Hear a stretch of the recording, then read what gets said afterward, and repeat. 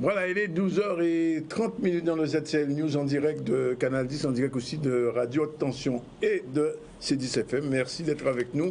On vous salue de Guadeloupe, Martinique, de France, de la Réunion, de Mayotte, tout partout. Lazoyer, nous sommes avec vous jusqu'à 14h. Aujourd'hui, on va recevoir dans un instant au téléphone Victoire Jasmin, la sénatrice de la Guadeloupe, qui a fait un amendement, on peut dire entre guillemets victorieux, c'était hier sur le chlordécone, on va en parler avec elle tout à l'heure.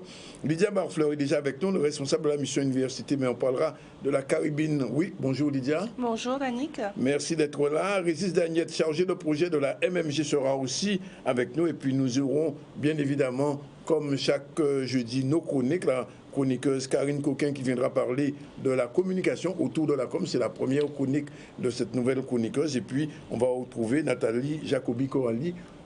C'est à vous mettre, chronique juridique. Voilà un peu le sommaire de nos invités. Sur le plan de l'information, c'est la mobilisation syndicale en France, mais aussi en Guadeloupe. 61% des collèges et lycées étaient fermés aujourd'hui. Et puis nous irons faire un tour au forum citoyen qui s'est déroulé, c'était hier au Conseil général, c'est en avant-première, on peut le dire, du congrès qui aura lieu le 20 décembre prochain. Les gens se sont exprimés de façon citoyenne. C'était hier, on verra tout à l'heure le reportage. Tour de France du numérique à quelques semaines de l'arrivée en Guadeloupe de Free. Il faut parler du numérique une fois de plus, nous ferons le point. Et puis le Téléthon, vous le savez, l'objectif est de 100 000 euros. Sera-t-il atteint? Hier, nous avons reçu 2 personnalités du Téléthon. C'est parti à partir de 1h du matin, minuit demain, jusqu'à samedi. Et puis l'arbre de Noël pour les enfants en difficulté, comme chaque année. Et on va terminer avec 2 petits mots sur France Antilles, aussi jusqu'au 14 janvier. C'était aujourd'hui que le tribunal de commerce de Fort-de-France devait se prononcer sur la vie ou la mort du quotidien des Antilles. Voilà, est-ce que nous avons madame... oui, nous avons madame Jasmin au téléphone. Madame Jasmin, bonjour. Oui, allô, oui, bonjour. Oui, bonjour. Alors, hier, vous avez fait voter un amendement sur le chlordécone. Est-ce qu'on peut nous dire un peu quelle va être un petit peu la surface de cet amendement? Eh bien, mon amendement sur le chlordécone propose... Vous m'entendez? Oui, je vous entends faiblement, mais on va faire monter un petit peu le son. Voilà. Oui. Alors, mon amendement concernant le chlordécone tenait compte, en fait, d'une part, de la revendication des associations depuis tantôt, mais aussi du rapport qui a été fait par le député de Timmy, avec comme rapporteur Mme Justine Bénin, sous l'impulsion de la proposition de loi de Mme Victor-Christophe Hélène. Donc, mon amendement est en cohérence également avec la proposition du chef de l'État. Lorsqu'il est passé à la Martinique, il a annoncé que l'État prendrait toutes ses responsabilités. Tout à fait. Donc, voilà. Donc, maintenant, mon amendement a été voté à une très grande majorité au Sénat. Oui. Ça appartiendra dans le cadre du bicamérisme, donc dans la navette parlementaire, que les députés votent et le cas échéant que la commission mixte paritaire également valide. Donc, et puis on attend, parce qu'il s'agit aussi de ne pas attendre le plan chlordécone 4. Il s'agit d'agir de façon urgente, compte tenu du préjudice et des problématiques liées à la santé et à la santé publique. Donc, d'abonder le plan chlordécone 3 dès 2020. Alors, est-ce que cet amendement devra repasser chez les députés? Est-ce que... Oui, mais bien sûr, parce que là, ça a été voté au Sénat. Oui. Donc, dans le cadre, c'est ce que je vous expliquais, dans le cadre de la navette parlementaire, donc on le bicamérisme, ça va passer dans les 2 chambres. Et là, maintenant que c'est passé au Sénat, les députés auront aussi à voter et à maintenir cet amendement s'ils sont en cohérence avec les dires du président et les annonces, parce que là, il s'agit de la santé. Alors, autre question, Madame la sénatrice. Concrètement, qu'est-ce que ça apporte aux Guadeloupéens et aux Martiniquais qui sont victimes de cet empoisonnement? Oui, ça va apporter plusieurs choses. Déjà, la reconnaissance même du rapport qui a été présenté, c'est déjà que l'État prenne ses responsabilités. La deuxième chose, c'est que jusqu'à maintenant, ce sont les particuliers qui ont la possibilité de financer le dépistage qui peuvent le payer. Donc, le tarif n'est pas, c'est pas quelque chose de donné. Ça fait entre 80 et 140 euros les différents tests qui sont pour le moment commercialisés et qui sont pour les analyses qui sont réalisées. Mettre en place un fonds dédié d'une part pour le dépistage, pour une meilleure connaissance et éventuellement pour voir les liens de causalité du chlordécone, ce serait le reconnaître également. Et c'est attendu par les associations qui ont depuis tantôt dénoncé le fait que rien n'était fait pour faire ce diagnostic. Mais aussi pour la recherche également, parce que là on a des estimations. Donc il y a eu évidemment les différents travaux du professeur Belpont, également. Il y a un certain nombre de travaux qui sont déjà publiés, mais aujourd'hui ça permettrait de conforter évidemment pour la population et particulièrement dans nos territoires, la Guadeloupe et la Martinique. Oui, alors sénatrice, je vais vous poser une dernière question, puisqu'aujourd'hui en France il y a un mouvement social assez fort. Est-ce que c'est le résultat de la politique antisociale de M. Macron, à votre avis? Oui, alors avant de vous dire ça, il y a une primeur que je vais vous donner parce qu'on vient d'adopter au Sénat un de mes amendements dans le budget de l'outre-mer. Oui. C'est important pour moi parce que les clubs sportifs, nous avons beaucoup de brillants sportifs, de brillants artistes en Guadeloupe et en Martinique et dans tous les outre-mer. Malheureusement, pour effectuer les déplacements, ils ont le plus grand mal parce que les prix des billets sont exorbitants. Donc le Sénat, mais la majorité, avec La République en marche, tous les groupes politiques ont voté à l'unanimité ma proposition pour abonder le fonds. Concernant la politique de M. Macron, elle n'est pas du tout sociale, elle ne prend pas en compte les acquis sociaux, elle ne prend pas en compte les cotisations de tous ceux qui ont quand même obtenu de retraite, un certain nombre de mesures qui ont permis l'amélioration de leurs conditions de vie. Aujourd'hui, c'est la précarité, aujourd'hui, les gens sont vraiment dans la pauvreté, et les retraités en particulier. Donc les gens qui avaient des biens sont contraints de vendre leurs biens. Donc à cela s'ajoutent les problématiques liées à leur santé, à la fragilité même du tissu social. Donc aujourd'hui, là, la mobilisation à Paris, mais un peu partout en France, prouve que les mesures de M. Macron ne sont pas les mesures attendues par la population. Bien. Sénatrice, on vous remercie de votre intervention. Malheureusement, la qualité sonore n'était pas maximale aujourd'hui. Je ne sais pas si c'est lié à la grève. En tout cas, on vous a quand même un peu entendu. Nous aurons l'occasion, bien évidemment, de revenir avec vous sur toutes ces informations. Voilà, c'était en direct de Paris. Tout de suite, on vous remercie, Madame Jasmin, et on revient en Guadeloupe pour parler de la Caraïbe, puisqu'il va y avoir une Caribbean Week organisée par la région La Coopération. Alors, nous avons avec nous Lydia Barfer. Bonjour. Bonjour et merci d'être là. Alors, quel va être un petit peu le contour de cette Caribbean Week? Alors, il faut quand même rappeler que la collectivité régionale s'est très largement engagée en faveur donc de l'insertion de la Guadeloupe dans son environnement caribéen. Oui. Nous avons une véritable communauté de destin avec notre environnement et nous avons des liens culturels et historiques très forts, notamment avec les Petites Antilles. Oui. Et à cet effet, donc, en mars 2019, la collectivité régionale a quand même favorisé l'adhésion officielle de la Guadeloupe à l'OCO. Et en ce sens, il y a un certain nombre de secteurs ou un certain nombre de thématiques extrêmement porteuses sur lesquelles nous pouvons développer et renforcer nos actions de coopération, qu'il s'agisse de regards apportés sur la préservation de notre biodiversité, sur les problématiques climatiques, qu'il s'agisse de la formation, qu'il s'agisse de l'énergie, qu'il s'agisse des problématiques de santé. Et au regard donc de culture aussi. Hein. De culture oui. Aussi, bien évidemment. Et au regard de tout cela, la collectivité donc a voulu asseoir encore plus, et elle le fera de façon constante, son regard sur la Caraïbe et sa politique de coopération en organisant la semaine prochaine, donc du 9 au 15 décembre, une semaine de la Caraïbe qui consiste véritablement à faire un point sur des projets qui sont portés aussi bien par la collectivité que par des partenaires sur des projets de coopération majeurs et qui permettent de mettre en lumière, de mettre en relief les thématiques qui ont été préidentifiées que je vais vous présenter tout à l'heure. Alors, on ne va pas entrer dans tout le détail du programme, mais enfin, on peut décliner quand même les grands points de cette semaine. Il y a cinq temps forts. Oui. Nous allons parler de défis climatiques. Nous allons parler de coopération agricole.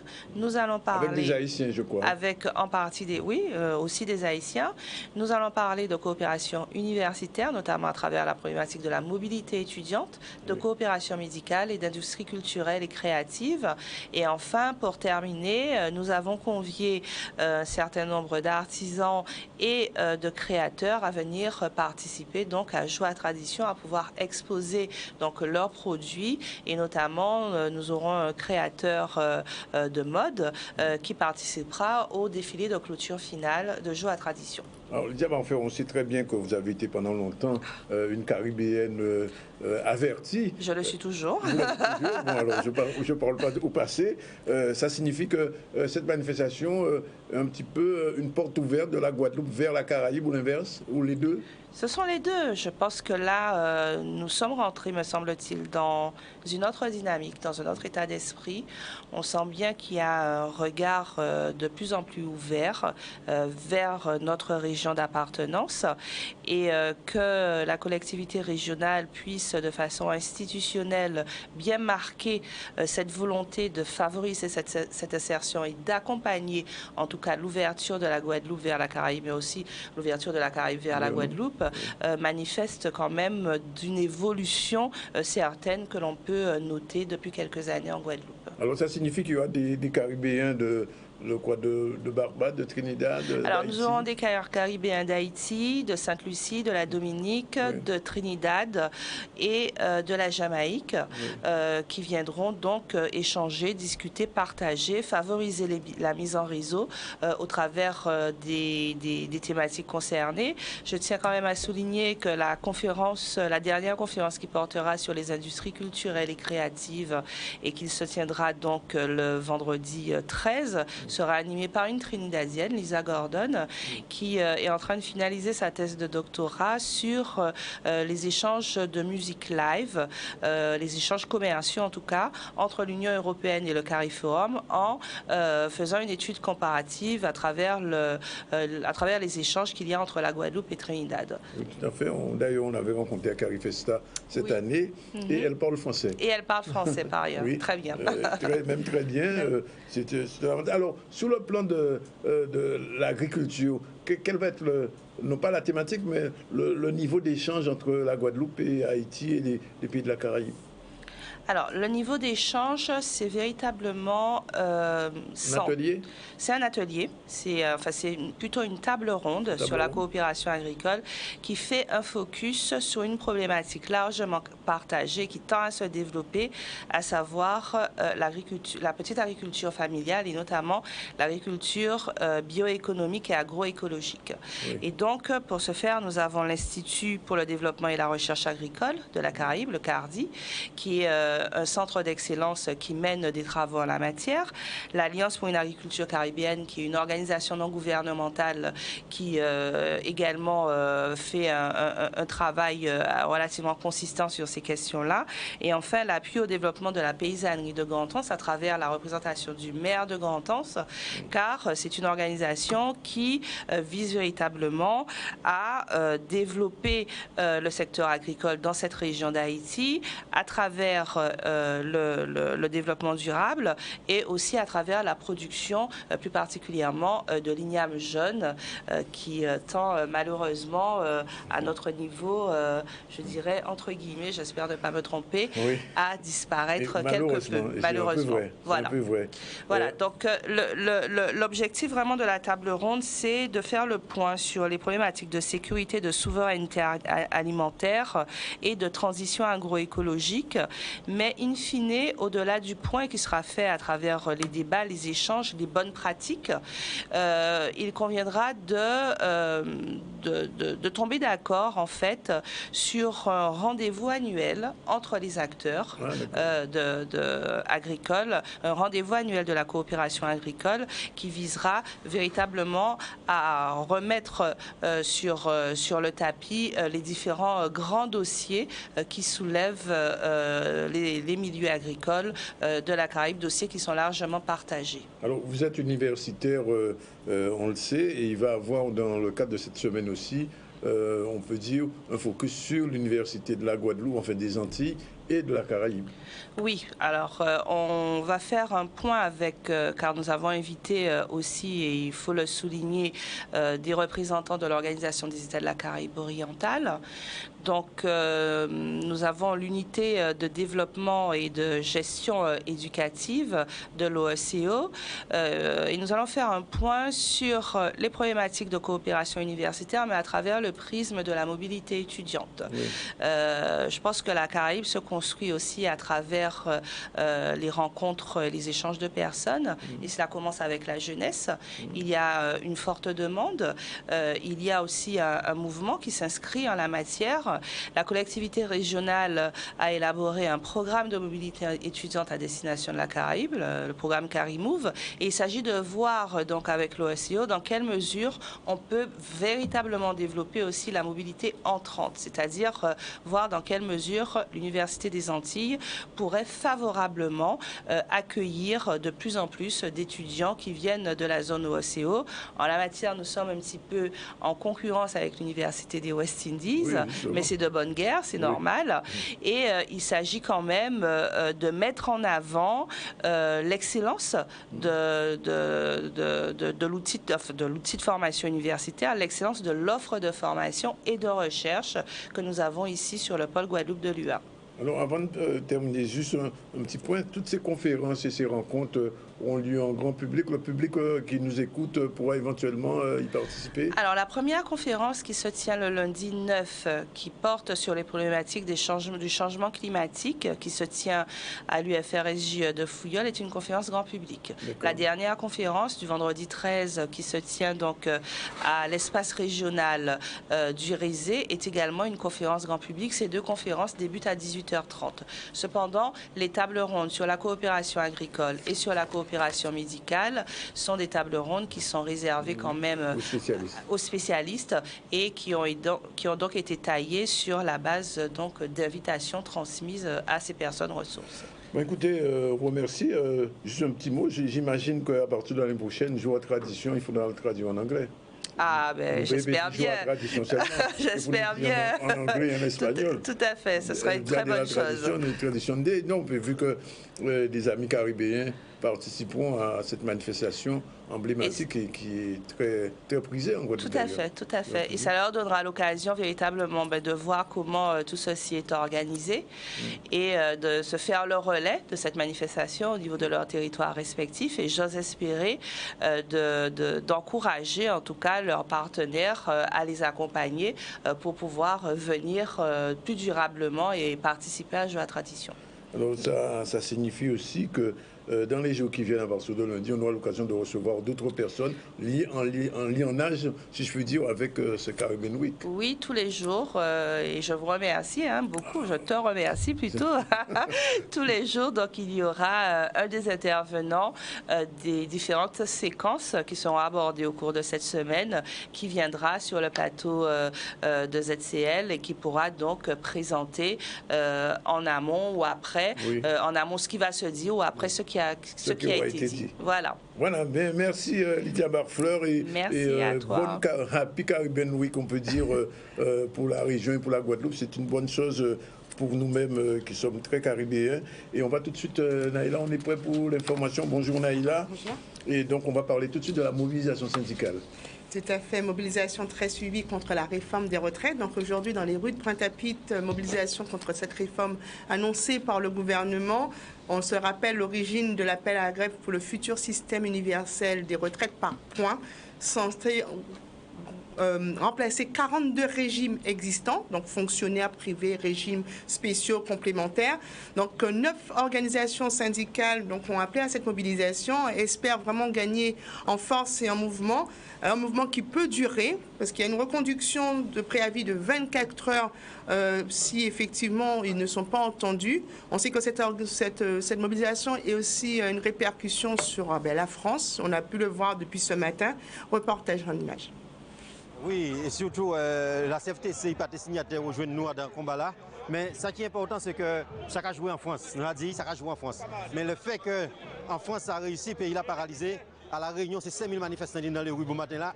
Et ici, ça prend, même si pas le monde qui a manifesté, mais l'autre côté, l'économie a arrêté plus ou moins, totalement. Donc, ça qui est important là, c'est que nous défendons effectivement les retraites.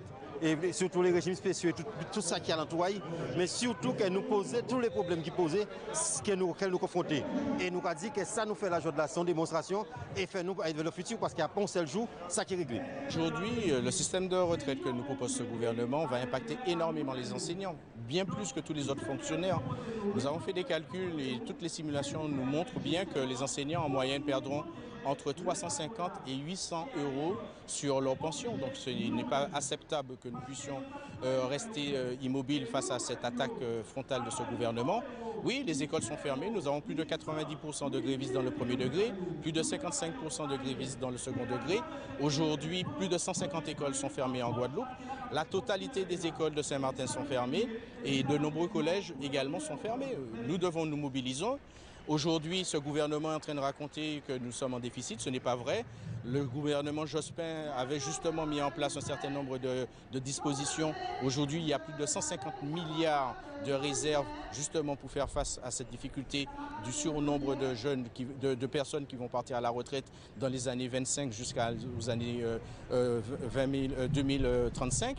Donc nous avons les moyens effectivement de faire face donc, à ce coût.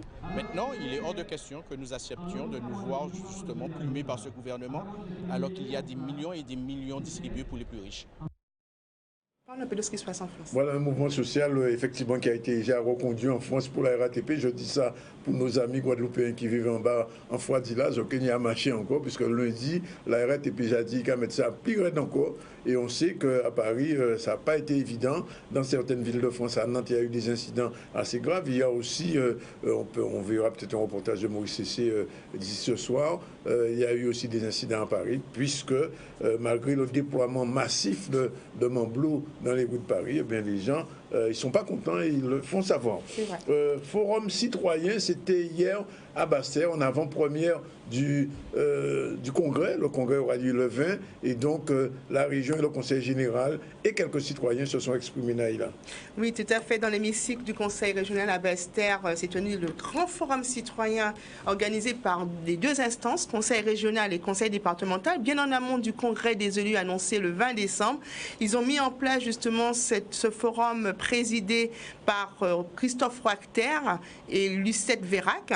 Et le fil conducteur des débats, c'est l'évolution sur la gouvernance, entre autres. Mais effectivement, de grands témoins, comme l'a annoncé notre ami d'Alexandronis, étaient présents. Patrick Vielle-Collet, Maître Michel Gabriel, entre autres, pour pouvoir parler de fiscalité ou bien entendu des différents schémas thématiques qui pourraient impacter sur la Guadeloupe. Reportage tout de suite. C'est toujours intéressant de participer à ce type d'action-là parce que dès qu'on est en... C'est bien que les élus, nos élus soient le plus possible en contact avec ce qu'on appelle la société civile. C'est important qu'ils puissent partir de la base pour travailler par la suite à ce qui peut améliorer le fonctionnement du pays. Il y a globalement un consensus qui se dégage, c'est celui du pragmatisme. Nos élus chercheront peut-être à adapter le cadre constitutionnel au cas par cas, en veillant à ne pas se distraire des sujets majeurs auxquels notre population est confrontée et qui ne sont pas forcément liés à la Constitution telle qu'elle est aujourd'hui. Nous avons la responsabilité de participer à ces débats qui auront une forte influence pour le devenir de notre archipel. Nous avons eu pas mal d'idées, pas mal d'intelligence collective. En parlant de fiscalité, de développement économique, d'affaires sociales, le temps d'une journée, à partir des travaux de nos ateliers, je pense que nous avons pu faire ressortir un certain nombre d'idées très précises qui seront utiles aux travaux du Congrès. On fait le distinguo entre ce que nous apporterait une évolution statutaire, entre ce que nous apporterait une domiciliation de l'élaboration de nos normes et un transfert de compétences supplémentaires en matière de fiscalité et d'environnement. Mais on fait quand même le distinguo entre ces opportunités que ces changements nous apporteraient et les autres actions qu'il faut mettre en place avec les outils actuels pour apporter du changement sur d'autres thématiques. On l'a dit sur l'eau, on a dit sur la gestion des déchets, on a dit sur la formation, sur le développement économique du territoire. Ce n'est pas qu'une question d'évolution constitutionnelle. Il y a eu énormément de sujets différents, donc les aspects un peu économiques, les aspects même culturels, sportifs. Moi, j'ai pu intervenir sur la partie un peu numérique, jeunesse, et donner mon avis sur ces sujets-là. Donc moi, ce que je retiens, c'est qu'il y a une volonté d'avancer. Je pense qu'on est prêt à passer à un autre stade, à cette sorte de statut justement évoluer, mais au-delà de l'aspect statutaire, de pouvoir vraiment commencer à se prendre réellement en main, et c'est ce qui fera avancer la Guadeloupe. Wow. Ok, il est 12h56. On remercie les téléspectateurs d'être avec nous sur le ZCL News et bien entendu les radios partenaires C10 FM et RHT Guadeloupe. Et on se retrouve pour la suite avec notre invité Régis Danet, chargé de projet de MMG, et notre nouvelle chroniqueuse Karine Coquin. À tout à l'heure.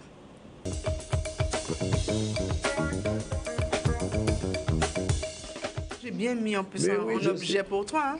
Voilà, il est 13h02 dans le ZCL News. Retour sur le plateau ZCL. On va parler d'information tout à l'heure. On a parlé déjà du mouvement social de France Antilles qui a encore un sursis. Mais avant, on va recevoir Régis Danet, qui est chef de projet à la mutuelle de Margaillard. Bonjour. Bonjour. Alors, on va parler avec vous de quelque chose que beaucoup de gens en parlent, mais ne savent pas exactement ce que c'est. C'est la complémentaire santé solidaire. Alors, qu'est-ce que c'est exactement ? Alors, la complémentaire santé solidaire, c'est un nouveau dispositif qui a débuté au 1er novembre 2019. Et en fait, c'est l'ex-CMU et l'ex-aide à la complémentaire santé. Elle est destinée à un public ayant des revenus modestes pour en fait aider dans les dépenses de santé. Et ça, c'est dans le cadre de la MMG, bien sûr. Alors, la MMG est distributeur en fait du dispositif complémentaire santé solidaire, comme le sont certaines mutuelles. Alors, ce n'est pas forcément 100% des mutuelles de la place. C'est un choix fait par les différents organismes. Et c'est un dispositif en fait qui a été proposé à l'ensemble des mutuelles. Et c'est en fonction du choix de chacune qu'elles ont fait le choix d'assurer ou pas. Alors, qui peut en bénéficier réellement et comment on fait pour obtenir ce complémentaire? Alors, elle est distribuée en fonction des revenus. Oui. En fait, tout dépend. Évidemment, les revenus modestes, comme je le disais tout à l'heure, c'est les ex-bénéficiaires de la CMU et de l'aide à la complémentaire santé. Donc, c'est vrai que c'est un public à faible revenu et ceci leur permet de pouvoir payer leurs dépenses de santé en pharmacie, chez le médecin, chez le kiné, à l'hôpital, sans forcément devoir débourser justement des sous de leur poche. Et c'est un dispositif qui a été en fait réactualisé par le législateur cette année-ci. Et concerne quel type des gens, par exemple du RSA, par exemple? Alors effectivement, les bénéficiaires du RSA sont concernés à titre automatique, puisqu'effectivement le RSA est distribué en fonction, pareil, des revenus. Et donc c'est un public qui s'est vu au cours du mois d'octobre et novembre notifié justement de leurs droits à être couverts par le dispositif de complémentaire santé solidaire. D'accord. Alors, autre question, est-ce que ce complémentaire santé solidaire est gratuit? Enfin, je pose la question quand même pour qu'on sache. Alors, il y a deux niveaux, en fait, dans le dispositif. Il y a un niveau qui est complètement gratuit et un niveau qui est dit contributif, qui commence, en fait, à 8 € par mois et qui, au maximum, en fonction de l'âge, arrive à 30 € par mois. Alors, vulgairement, dans la communication qui a été faite par les services des caisses primaires d'allocation, c'est de dire qu'au maximum, ça coûte 1 € par jour. Évidemment, 30 € le mois, c'est 1 € par jour. Pour les personnes, justement, les plus âgées, c'est le montant plafonné qui est à 30 € par jour.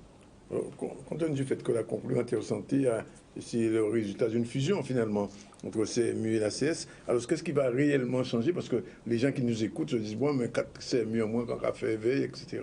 Qu'est-ce qu'on peut leur dire? Alors, les changements sont à la marge. C'est déjà le mode de distribution qui a changé. puisqu'effectivement le système précédent avait été, attribué à un certain nombre d'organismes mutualistes. Donc là, c'était prédéterminé. Là, aujourd'hui, c'est une fusion du dispositif, donc c'est-à-dire une même grille de garantie, qu'on soit en CMU CSS gratuite ou CSS contributive, donc qu'on soit à 0 € ou à 30 € par mois au maximum. C'est le même dispositif, c'est les mêmes droits qui sont attribués. C'est des droits nouveaux, comme par exemple la prise en charge de cannes pour celui qui en a besoin, la prise en charge de fauteuils roulants. Donc en fait, le dispositif, il a été construit comme ça pour cibler en fait les assurés qui sont encore plus dans le besoin. Et ça concerne aussi peut-être au niveau des lunettes, non, ça ne fonctionne pas? Alors bien sûr, alors quand je parlais de grille de garantie, c'est vrai que je suis passé un peu rapidement, mais c'est un socle relativement large, hein, qui prend en sorte les soins courants, qui prend en compte l'optique, le dentaire. L'auditif aussi peut-être? L'auditif aussi, voilà, donc c'est une palette de garanties large qu'on peut retrouver, qui est distribuée de base à l'assuré quand il fait sa demande, quand il est notifié aussi de sa demande, quand il se déplace dans les murs de la mutuelle, comme la mutuelle Margaillard par exemple. Donc il a une grille de garantie de base qui lui est fournie, mais qui prend en compte un éventail relativement large de soins. Mais alors, ça veut dire quoi? Les gens vont continuer à recevoir un chèque? Alors non, le dispositif du chèque, justement, c'était l'aide à la complémentaire santé. Alors celui-ci, il permettait en fait d'avoir une déduction en fait sur le montant des cotisations qui était demandé par les mutuelles. Là, ce dispositif-là arrive à son terme. Donc c'est justement l'une des modifications principales du dispositif, c'est la fin du chèque ACS. Alors pour les assurés qui en bénéficiaient encore, par exemple, je dis n'importe quoi, à compter du mois d'octobre 2019, le bénéfice va perdurer encore pendant un an, c'est-à-dire jusqu'à septembre de l'année prochaine, et automatiquement ils seront reversés dans le nouveau dispositif qui est celui de la CSS. Alors c'est toujours pareil, quelquefois pour la CAF on en parle, mais j'imagine c'est pareil pour vous. Si entre-temps les ressources du bénéficiaire ont évolué, qu'est-ce qui se passe à ce moment-là? Tout dépend en fait de la date de la demande. Là pour le coup, les assurés n'ont pas vraiment à craindre au niveau de l'évolution du dispositif. Le dispositif, on y a droit pendant un an. Et c'est à la demande suivante que l'évaluation est faite par les services des sécurités sociales, des caisses de sécurité sociale. Et c'est à ce moment-là que l'évaluation en faveur ou en défaveur, entre guillemets, du dispositif rentre en compte. De toute façon, en fonction des notifications qui sont faites, par exemple chez nous, si l'assuré n'a plus droit à la CSS, ça veut dire que ses revenus ont sûrement augmenté. À ce moment-là, on lui propose un contrat de mutuelle classique, entre guillemets, enfin classique estampillé MMG, pour qu'il puisse continuer en tout cas à bénéficier de ces soins. Et c'est en fonction de l'âge En fonction de l'âge, en fonction des besoins. Si c'est un assuré qui a plus des besoins d'optique, il y en a qui n'en ont pas, donc qui ont plus des besoins dentaires. Donc à ce moment-là, effectivement, on rentre dans un découpage, en tout cas dans une mutuelle complémentaire à la carte. Alors, vous êtes à la MMG salarié, mais est-ce que toutes les mutuelles, parce que tout le monde n'est pas à la MMG, peuvent bénéficier de cette complémentaire? Alors, c'est une liste qui est disponible sur le site internet amélie.fr, qui justement récapitule l'ensemble des organismes qui proposent en fait la complémentaire santé solidaire. Et donc, la réponse est non. Toutes les mutuelles, tous les organismes ne l'offrent pas, mais en tout cas, à la mutuelle Margaillard, on le fait. Margaillard est dans le lot. C'est bien la raison de votre présence ici. En tout cas, on vous remercie d'être venu. Alors, il faut quand même rappeler que cette complémentaire santé, c'est quelque chose, c'est un nouveau dispositif. Hein, oui, c'est bien ça. C'est un nouveau dispositif donc, qui a commencé au 1er novembre officiellement dans les différents organismes. Alors, ça et là, que ce soit dans les organismes de sécurité sociale ou encore chez nous, il reste quelques ajustements à avoir. Il reste aussi quelques déclinaisons pour les assurés qui vont perdre le droit un an après. Mais là, c'est effectivement le législateur qui nous donne les informations au fur et à mesure pour que le dispositif suive son cours et que l'assuré soit couvert pendant tout le temps où il a besoin, c'est-à-dire quand il a besoin de soins. Bien, écoutez, Régis Dagnette, merci. Si vous avez pris en cours cette explication, vous pouvez toujours tout retrouver sur le Facebook du ZCL. Il suffit de faire simplement ZCL Facebook. Et vous pouvez revoir, réécouter ce qu'a dit M. Régis Daniel, qui est chef de projet à la mutuelle de Margaïa. Voilà, il est 13h11. On va passer à autre chose, puisque on va recevoir Karine Coquin. Bonjour. Bonjour Nani, bonjour chers auditeurs. Bonjour Naïla. Bonjour Karine. Et donc, avec l'arrivée de Karine, c'est une nouvelle chronique dans le ZCL. C'est une chronique sur un secteur particulier de la communication autour de la com. Voilà, tout à fait. Alors, autour de la com, vous allez nous expliquer un petit peu quelle va être un petit peu la superficie, le contour même de cette chronique.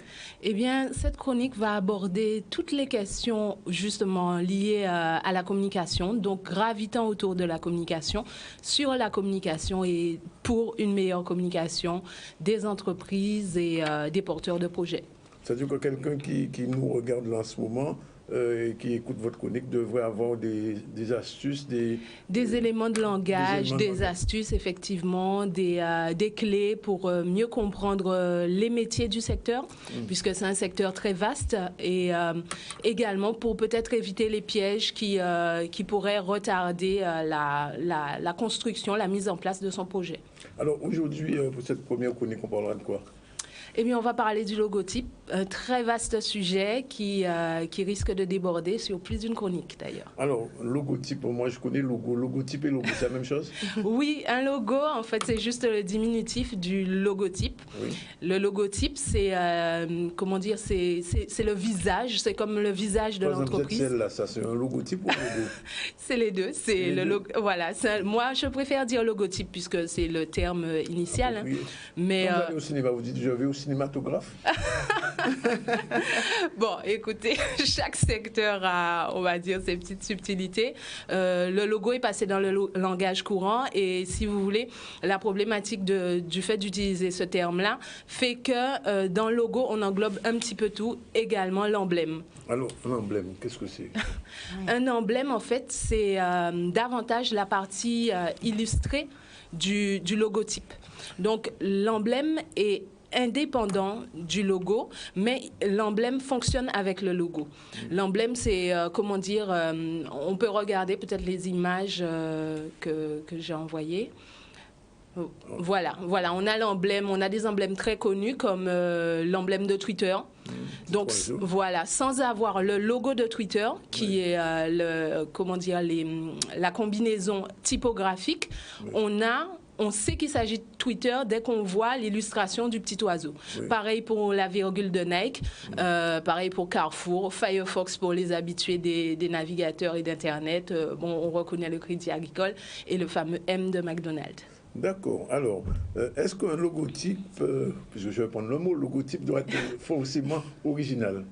Oui, pourquoi un logotype, il est nécessaire qu'il soit original? Parce que, admettons que tout le monde s'appellerait Danick Zandronis. Quel bonheur. Oui, d'accord, mais on aurait de sacrés problèmes quand même. C'est vrai, je confirme. Ah bon, merci. Je confirme. D'accord. Bon, okay. Voilà, donc en fait, le logo est censé représenter les valeurs de l'entreprise, sa particularité, ses services, son atout en fait, ses atouts, ses services, ses produits, sa particularité, ses valeurs, je l'ai déjà dit. Donc, il est nécessaire qu'il soit au plus proche et qu'il reflète au mieux les messages et la vision de l'entreprise, voire même de l'entrepreneur. Ça veut dire qu'une entreprise doit obligatoirement avoir un logo? Oui, je dirais, mais bien qu'il n'y ait pas d'obligation, j'aime pas d'ailleurs ce sens d'obligation, le logo facilite la communication dans le sens où il permet l'intégration beaucoup plus rapide dans l'inconscient du public et de la cible de l'entrepreneur, du projet ou quelle que soit l'entité, l'institution, le message. Donc, le logo permet de mieux diffuser son message, mieux comprendre le produit, mieux le reconnaître en fait. Le connaître et le reconnaître. Alors, moi, je suis chef d'entreprise. J'ai besoin d'un logo. Comment je dois procéder vis-à-vis d'une personne qui fabrique des logos? Eh bien, il faut déjà préparer un certain nombre d'informations qui vont remplir un cahier des charges. Ces informations, quelles sont-elles? À savoir les informations relatives à l'entreprise, sa taille, mais aussi sa vision, ses objectifs, ses produits, son activité, le contexte dans lequel il évolue également pour permettre de bien créer un logo qui ne soit pas hors contexte, si vous voulez. Et voilà, toutes les informations aussi... qu'on remet aux prestataires de services. Voilà, il va traiter ces informations afin de vous créer le logo le plus proche que possible de vos attentes et qui reflète au mieux votre entreprise, en fait. Il est important aussi, je tiens à rajouter, qu'on ait une vision à long terme de son entreprise, de son projet, pour qu'on puisse mieux, prévoir les évolutions de ce logotype. Oui. Voilà. Ça veut dire qu'un logotype, il a une durée de vie? Oui, cela veut dire qu'il a une durée de vie, qu'il peut, en fait, surtout qu'il évolue avec l'entreprise. De la même manière qu'une entreprise a une durée de vie, le logo aura une durée de vie. Comme une personne naît avec un visage, voilà, et que le visage de bébé évolue, grandit, et puis au fur et à mesure prend des rides.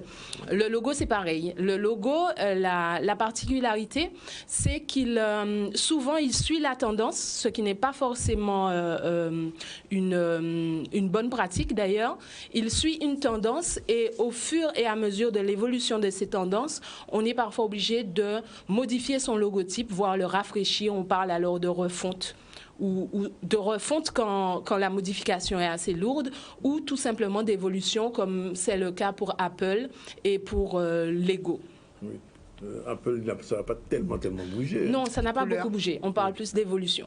Évolution. Voilà. Alors, est-ce qu'on peut, pour faire son logo, demander à quelqu'un qui touche un peu à l'informatique non. Un petit peu, Il est fortement déconseillé. D'ailleurs, je déconseille vivement de demander au cousin de la voisine ou à un tel lambda qui toucherait un peu à l'outil informatique, notamment à Photoshop, de faire votre logo.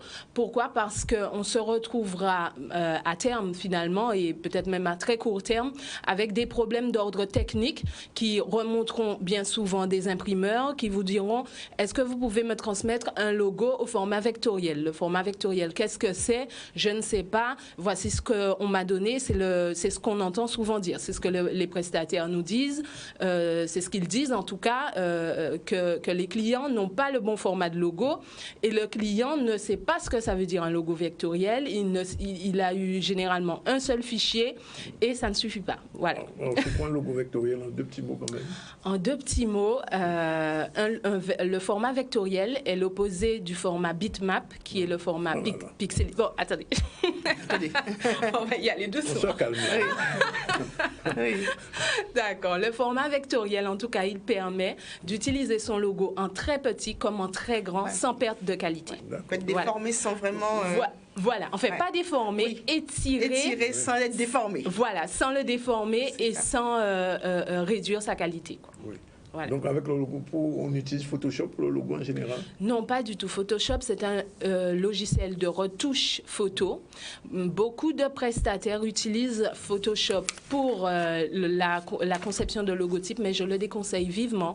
Je proposerais plutôt Illustrator, qui est un logiciel justement d'image vectorielle. Voilà, 13h19, les 6 minutes sont passées, Naïla. Oui, modérateur du temps. Oui, voilà. C'est bon. Merci. Alors, la prochaine chronique, ce sera quoi? Eh bien, la prochaine chronique continuera à parler du logo, de la manière de préparer son cahier des charges, des couleurs qu'on peut utiliser pour son logo, etc. Je vous invite à nous suivre et vous aurez la suite. Alors, pareil, si vous avez raté le début de ce petit parcours sous le logo, premier épisode, vous revenez sur... le Facebook du ZCL.tv. J'imagine un jour on parlera de Facebook ici. Mais bien évidemment. Oui, j'imagine. Voilà, 13h20, il a la suite. Tout à fait, on va parler du Tour de France numérique de santé. Ah ben ça tombe bien. Tout à fait, on reste dans la santé, on est dans le numérique. Et on est dans le tour. Et on est dans le tour. Tout est dit. Donc ça a été organisé effectivement par l'Agence régionale de santé de la Guadeloupe. Donc c'était un événement qui avait été en amont annoncé par Madame Buzyn, la ministre de la Santé, lors d'une présentation de feuille de route numérique de santé. Donc c'est aussi l'occasion de présenter Dominique Pont et Laura Le Tourneau, qui sont responsables et délégués ministériels. Donc ça s'est fait aujourd'hui. Donc ont été invités les acteurs locaux pour le E-santé. On dit E- on sait qu'on parle du numérique, dans le but de débattre des transformations du numérique en Guadeloupe. Ça, je pense qu'il y a matière à faire. Donc, c'est un rendez-vous, bien entendu, incontournable, avec 5 grandes orientations, donc qui est de renforcer la gouvernance numérique de santé, intensifier la sécurité des systèmes d'information en santé, accélérer le déploiement des services numériques socles, déployer au niveau national des plateformes numériques de santé et soutenir l'innovation et l'engagement des acteurs. Donc je pense que MMG est en parfaite adéquation avec tout ce qu'on vient d'entendre. On pense que maintenant que tout va devenir numérique, tout va être effectivement, il y aura le clic. Et pour pouvoir effectivement être à la page, il a fallu qu'effectivement qu'on mette la Guadeloupe, mais à la hauteur de ce que fait la France, et ça, c'est pas évident. Parce qu'il y avait déjà la télésanté avec vous, avec Vive, je crois. Avec le groupe Vive. Tout à fait. L'application Mes Docteurs. Ouais. Donc effectivement, tout le monde maintenant, même les médecins, pour prendre des rendez-vous, c'est numérique pour éviter. On peut consulter, oui, la télémédecine. Oui. Donc c'est vrai que c'est une évolution et c'est vrai qu'Agnès Buzyn a tenu vraiment à renforcer ce système numérique sur toute la France, sans oublier bien entendu Guadeloupe, Martinique, Guyane, Réunion et Mayotte. Reportage tout de suite. Alors aujourd'hui on est à la 10e étape du Tour de France du numérique en santé en Guadeloupe. L'idée c'est d'aller dans tous les territoires français entre septembre de cette année et février 2020 pour porter en fait la vision de Ma Santé 2022 annoncée par Agnès Buzyn en matière de virage numérique en santé. L'idée générale de ce virage numérique, c'est que les pouvoirs publics veulent se saisir de ce sujet, ne veulent pas laisser Google, Facebook gérer nos données de santé, veulent sécuriser l'éthique de nos données de santé, l'éthique des services numériques de santé et portent de façon très volontariste une vision commune pour l'ensemble de tous les territoires français. Avoir des outils pour chaque citoyen français depuis la naissance pour avoir son carnet de santé numérique, avoir des messageries sécurisées de santé pour s'échanger entre professionnels de santé, des données de santé de façon sécurisée et pas sur Gmail ou sur WhatsApp, voilà, pour que les choses se fassent de façon carrée, propre, sécurisée.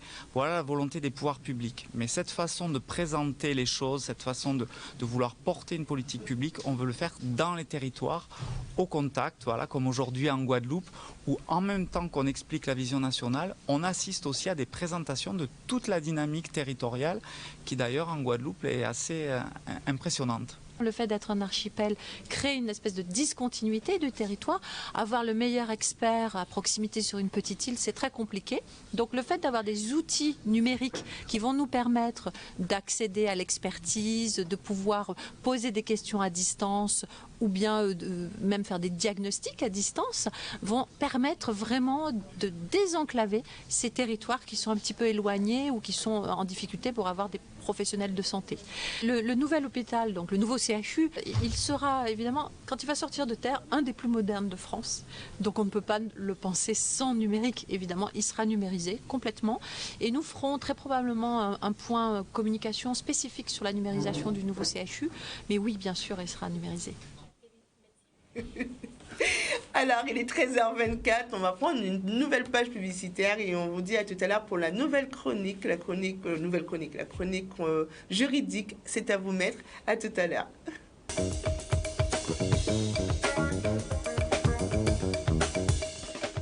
D'accord, c'est toi. Voilà, il est exactement 13h30 dans le ZCL. On va recevoir notre amie Nathalie. Bonjour. Bonjour Daniel. Il y a bien longtemps qu'on ne l'avait pas vue, Nathalie. Elle n'avait pas disparu. Elle n'avait pas disparu, je n'ai pas dit ça. Elle ne nous avait pas abandonnés. Elle n'aurait pas osé faire un abandon de la famille ZCL. Jamais. Et d'ailleurs, aujourd'hui, la chronique, c'est le délit d'abandon de famille. On va y revenir tout à l'heure. Mais tout de suite, on fait un tour sur l'actualité. Le Téléthon, objectif 100 000 €.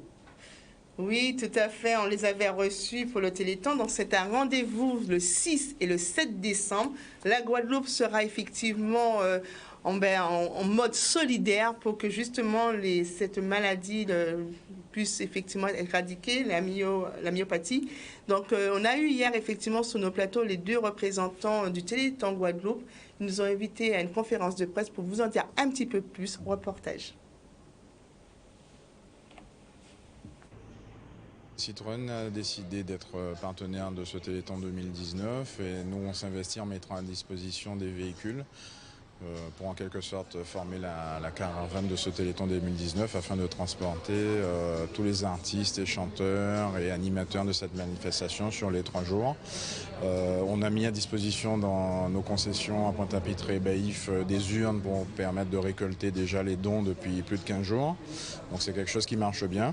Et donc c'est la façon de Citroën et de la marque DS de s'associer à cette manifestation en 2019. Alors nous attendons la générosité de tout Guadeloupéen, là où ils sont placés, de pouvoir se déplacer et venir généreusement contribuer à cette manifestation sous forme de dons. Nous avons aussi le thème du Téléthon, c'est prendre de la hauteur, et nous avons le baptême en parapente qui va avoir lieu aussi le vendredi et le samedi à Sainte-Marguerite-le-Moule. Et nous attendons aussi tous ces Guadeloupéens puissent se déplacer et nous attendons leur générosité sous forme de dons. Alors, Chantons pour le Téléthon, j'ai envie de dire une idée un peu folle, mais qui se réalise magnifiquement bien, tout doucement. L'ensemble des journalistes et des animateurs de la Guadeloupe, tous médias confondus, se sont prêtés au jeu. Ils vont chanter avec un groupe de live qui sera orchestré par le parrain, M. Frédéric Caracas, et ils vont chanter en duo. Et c'est vraiment un exercice qui nous permet de tous nous réunir pour la cause. Et ça donne quelque chose de très sympathique. Et ce sera encore plus l'affaire de tous vendredi à la salle Robert Loison à 19h30. Pourquoi ? Parce qu'il y aura vous, cher public, vous serez là et tous ensemble, eh bien, on va vraiment œuvrer pour ce Téléthon 2019. Venez voir, je pense qu'il y a des choses qui vont vous surprendre et qui vont surtout vous plaire. Soyez au rendez-vous vendredi, donc demain, 19h30 à la salle Robert Loison. Nous allons commencer à l'heure puisqu'il y a 15 duos, 30 journalistes et animateurs, donc 15 duos. Soyez au rendez-vous. Non. On fait la chronique. Voilà, il est 13h34, je vous l'ai dit, c'est l'heure de la chronique juridique du jeudi qui revient. Rebonjour Nathalie. Rebonjour Danick. Et tout de suite, générique, c'est parti.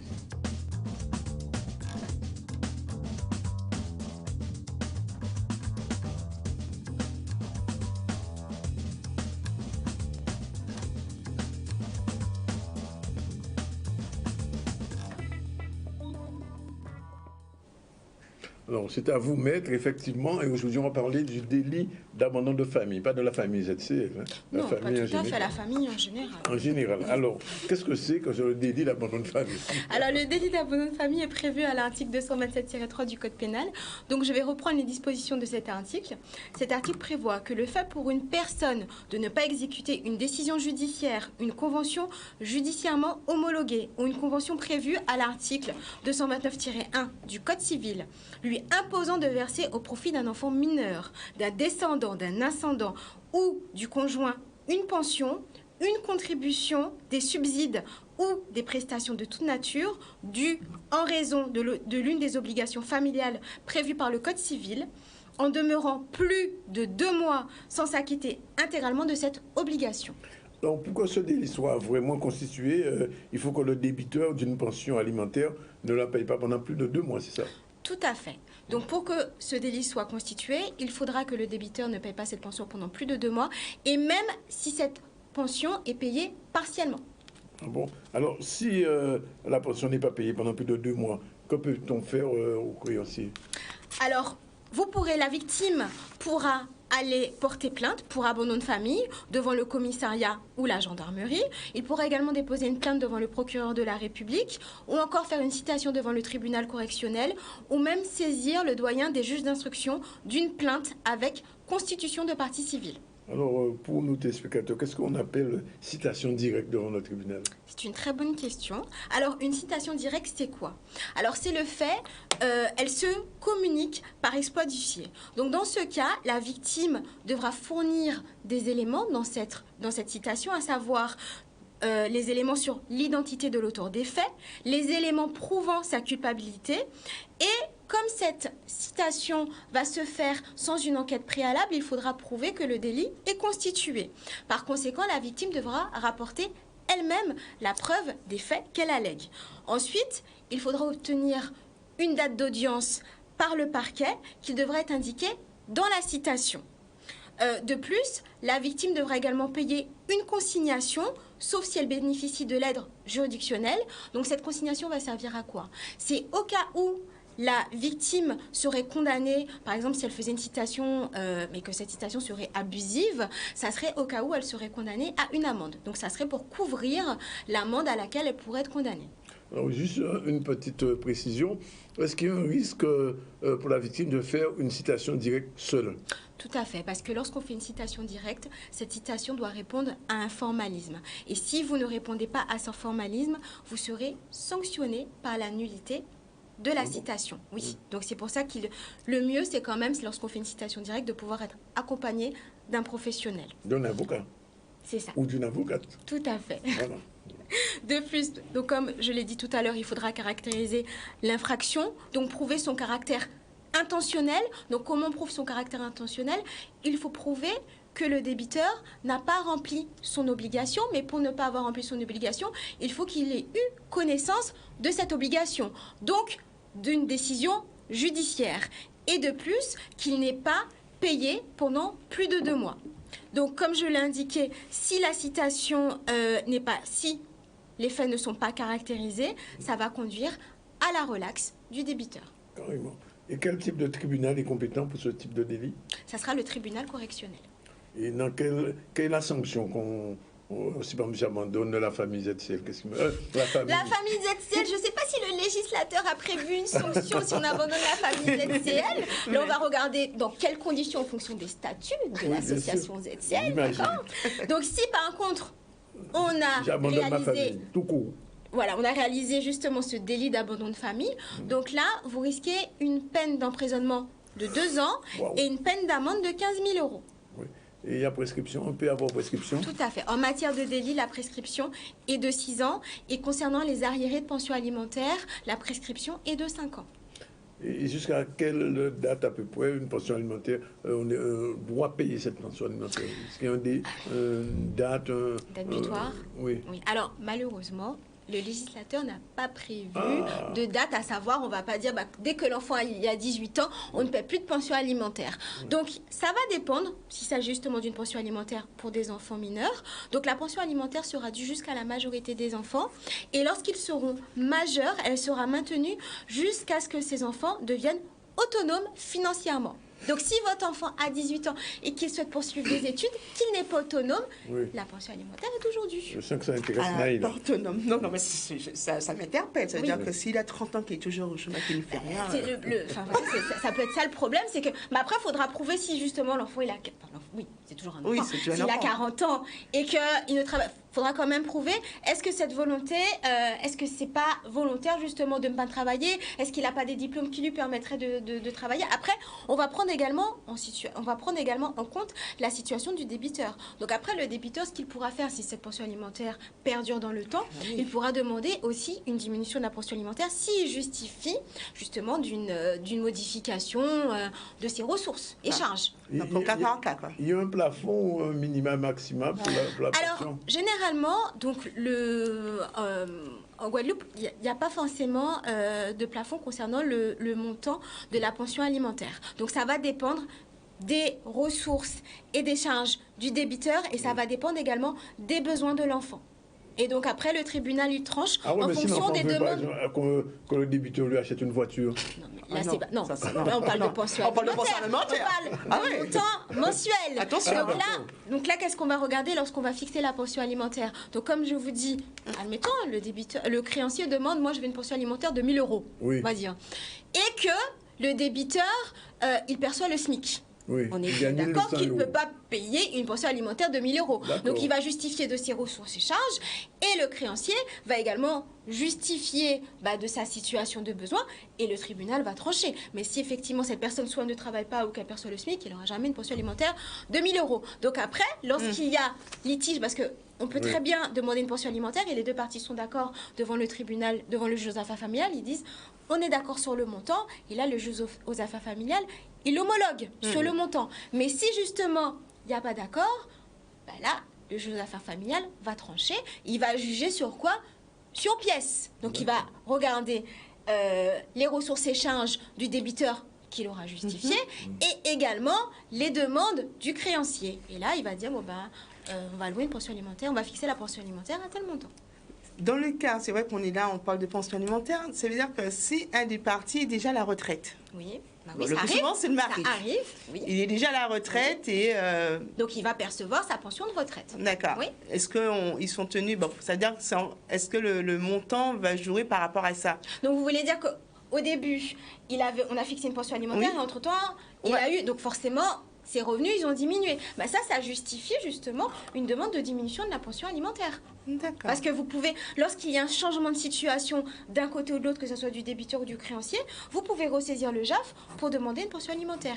Et autre chose, généralement, quand les enfants sont mineurs, c'est indiqué dans le jugement qu'il faut qu'ils justifient chaque année qu'ils poursuivent bien des études. Donc généralement, si après les enfants ne poursuivent plus des études et qu'ils travaillent, et qu'ils n'en informent pas le débiteur, le débiteur il ne peut pas décider unilatéralement de ne plus payer la pension alimentaire, parce que sinon on pourra faire une saisie attribution sur son compte.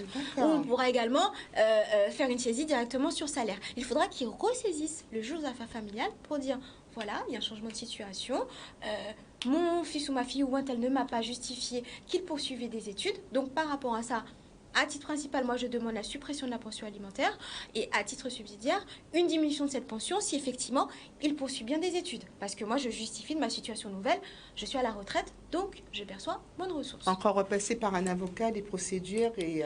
c'est toujours mieux d'être accompagné d'un conseil parce qu'on voit que généralement lorsque les justiciables se représentent seuls, ils n'ont pas forcément tous les éléments et puis ils vont pas forcément des fois justifier de pièces. Ils vont juste dire au juge, oui, ma situation a changé, mais est-ce qu'on peut les croire sur parole? Il faut justifier quand même de ce qu'on dit.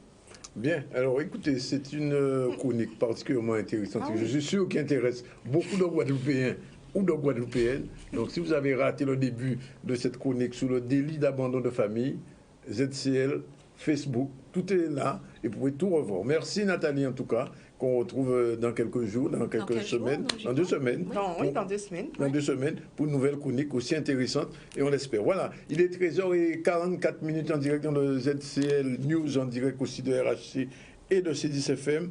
Et là, Noël, c'est tout à l'heure. Naïla. Oui, Noël, c'est bientôt, c'est même très très bientôt. On commence déjà à sentir les prémices de cette arrivée du Père Noël. C'est vrai que hier, notre chroniqueuse nous parlait de Mère Noël, qu'on risque d'oublier. Mais il y a aussi une population qu'on ne doit pas surtout oublier, mais qui est même au cœur de Noël, ce sont les enfants. Et pour un Noël, pour un enfant, bien entendu, un Noël sans joie et sans cadeau, c'est comme un souvenir perdu pour la vie. C'est aussi une révolte injustice de vivre cela parce que ses parents sont pauvres. Bravo au Père Noël d'apporter dans leur hôte tant de bonheur à tous ceux qui en sont privés. Et merci à celles et ceux qui ont la générosité de remplir cette hôte. Cette citation ne vient pas de moi, rassurez-vous, ça vient de Nagui, qui effectivement avait participé au Père Noël vert de Secours Populaire. Mais nous, c'est l'association Lama qui, afin d'éviter l'exclusion durant les fêtes pour des familles en situation de précarité, a tenu à organiser un arbre de Noël pour donner le sourire, le temps d'une belle fête pour des enfants démunis et en difficulté. Reportage de Dylan Bégarin. Nous sommes une association de familles d'accueil. Nous recevons les enfants qui sont placés chez nous. Donc vous avez bien compris que ce sont les enfants qui sont plutôt en difficulté. Nous avons fait un constat, un amer constat d'ailleurs, c'est que ces enfants-là n'avaient jamais de fête pour eux. Donc nous avons décidé de faire dorénavant chaque année un Noël. Cette année, nous avons voulu marquer le coup un peu plus fort puisque c'est la 30e année des droits de l'enfant. Donc il fallait marquer ça et pour dire que les enfants ont le droit d'être heureux, les enfants ont le droit de rire, danser, chanter et même faire la fête et même rêver au Père Noël. Voilà.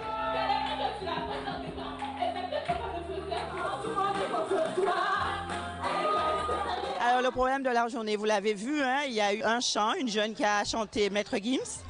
Il est passé, fait des photos. Ensuite, le Père Noël est en train d'arriver.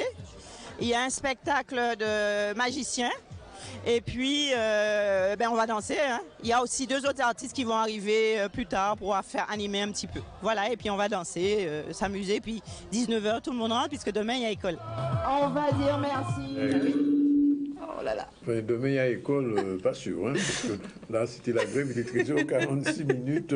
On va rappeler que depuis le début de ce ZCL, on a reçu la sénatrice Victoire Jasmin qui nous a parlé de l'amendement sur la chlordécone qui va permettre désormais aux Guadeloupéens, aux Martiniquais de pouvoir être pris en charge pour la détection de leur cancer de prostate ou d'autres maladies. C'était très important. Elle est aussi intervenue sur le budget puisque le budget des colonies est en train d'être voté en ce moment et semble-t-il 500 000 € ont été obtenus pour les sportifs. On a aussi reçu Lydia Barfleur. Lydia Barfleur, c'est une personne de la région qui s'occupe de la Caraïbe et par rapport à la semaine caribéenne qui commence lundi et nous aurons tous les jours ici en direct dans le ZCL des représentants de la Caraïbe ou des personnes de la région pour parler de cette semaine de la Caraïbe.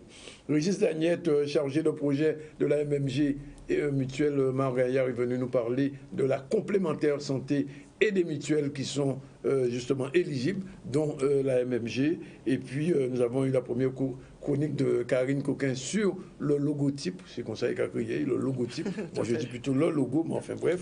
Et puis, l'abandon de famille avec, bien évidemment, notre amie Nathalie, maître Nathalie, qui nous a expliqué, qui nous a expliqué ce qu'est l'abandon de famille. Et Naïla a rappelé un petit peu l'information. Tout à fait, la mobilisation contre la réforme des retraites qui bat son plein, surtout en France, mais qui a été bien soutenue en Guadeloupe dans les routes de Pointe-à-Pitre avec une reconduction possible de 24 heures. On sait très bien que tant que la retraite à point ne sera pas enlevée vis-à-vis des syndicats, on risque d'avoir encore des perturbations.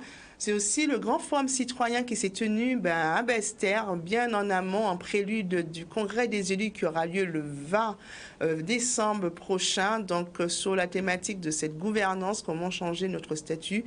Aussi, il y a eu, bien entendu, des thématiques sur la fiscalité, sur l'éducation, sur le sport, sur le numérique.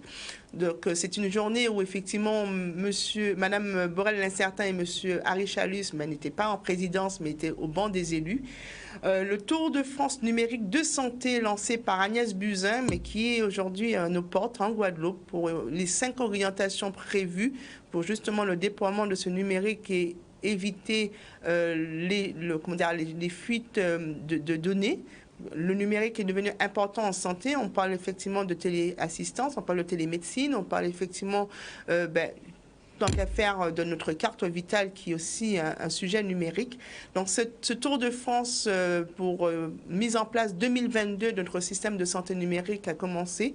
Et pour finir, l'arbre de Noël pour nos enfants en difficulté. Donc, on a pu le voir dans le reportage.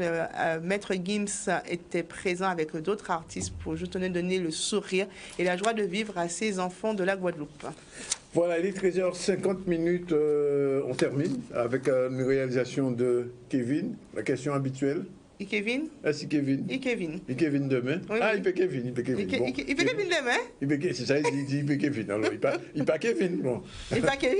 Et notre ami aussi Daniel à la réalisation technique. Et puis, on vous retrouve demain, vendredi. Normalement, c'est demain, vendredi? Oui, demain, vendredi. Avant demain, cet après-midi, on se retrouve. Cet après-midi, alors, c'est vrai qu'on l'a annoncé depuis hier, il y aura sûrement des plages. Je dis sûrement, parce que si vous ne regardez pas le ZCL événement culturel de cet après-midi, vous n'aurez pas la possibilité peut-être de gagner quelques places pour aller voir le concert de Kassav. Mais il n'y aura pas que ça.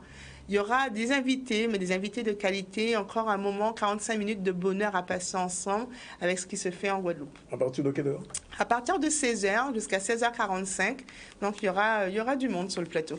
Voilà, c'est fini pour aujourd'hui. Rendez-vous demain. Demain, on recevra en VIP M. Hilaire Boudé, c'est le secrétaire, pas perpétuel, mais secrétaire du PS actuellement. Il viendra nous expliquer un peu à quoi sert le PS, justement. Et surtout connaître sa vie. Hein? Et aussi connaître un peu qui est M. Hilaire Boudé, en dehors de ça. Mieux, M. Hilaire Boudé, il sera interrogé avec moi par Marie-France Bouillon. Voilà, c'est fini pour aujourd'hui. On se quitte. Ciao, bye bye.